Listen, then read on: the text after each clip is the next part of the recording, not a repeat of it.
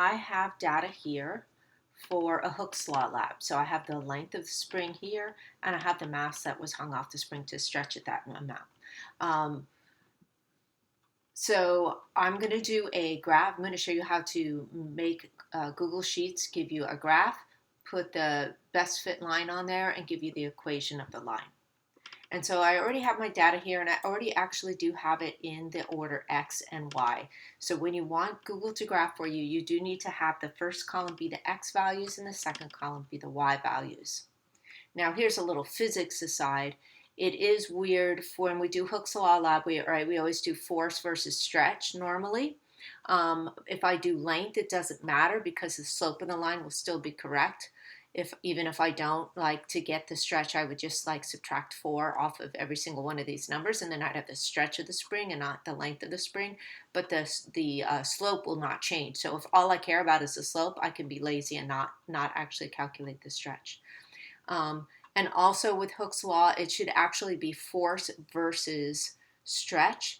But you should be able to hopefully prove to yourself that if you do mass in grams and length in centimeters, then you get your the slope of this graph will also be the k value, assuming gravity is 10.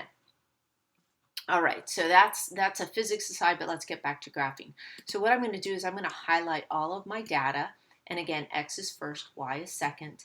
And then I'm going to insert, and I'm going to choose chart.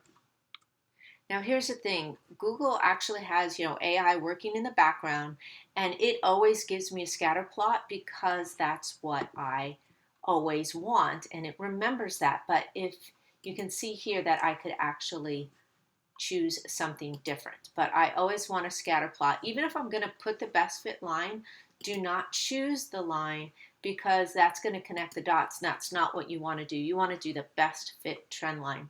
Notice also because my labels were correct, it even gave me my units on my axes, my labels and my units, which is very nice.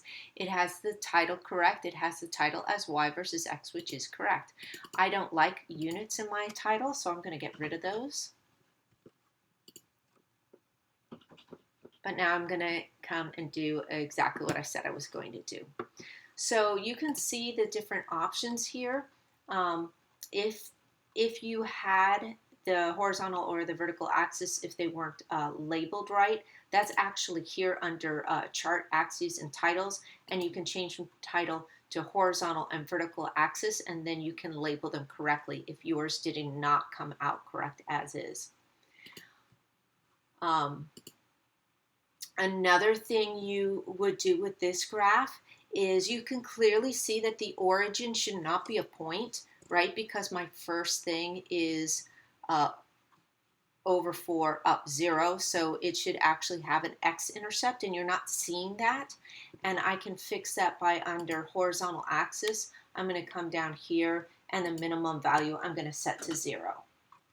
And now you can see the graph is correct. It should not look like it goes through the origin because I did not graph stretch. I graphed the length of the spring, and so it should actually be offset off the y-axis. So that's good too. And so, but what I really need to do is I'm going to come over here to series, and I'm going to scroll down and notice trend line. So there it is, and it's on there. That puts the best fit line, and it's doing a lot of math in the background, so this is better than you sticking in a best fit line. It's going to do the method of linear regression. So this is the thing that's not labeled well, and it's label, and you're thinking, when I think label, I think of this right here on the y-axis or the x-axis, but you choose label, and then there's use equation. And so now 28 is the slope of this graph. And if it means anything to you, you might show the r-squared value as well. So people who have taken the AP Stats course, this means something to them. And if I tell you what it means, maybe it'll mean something to you. The closer this is to 1, the better that direct relationship is. And so we see we have a value of 0.998, which tells me this data is very linear. And yeah, I did a good job. And so I have everything that I need.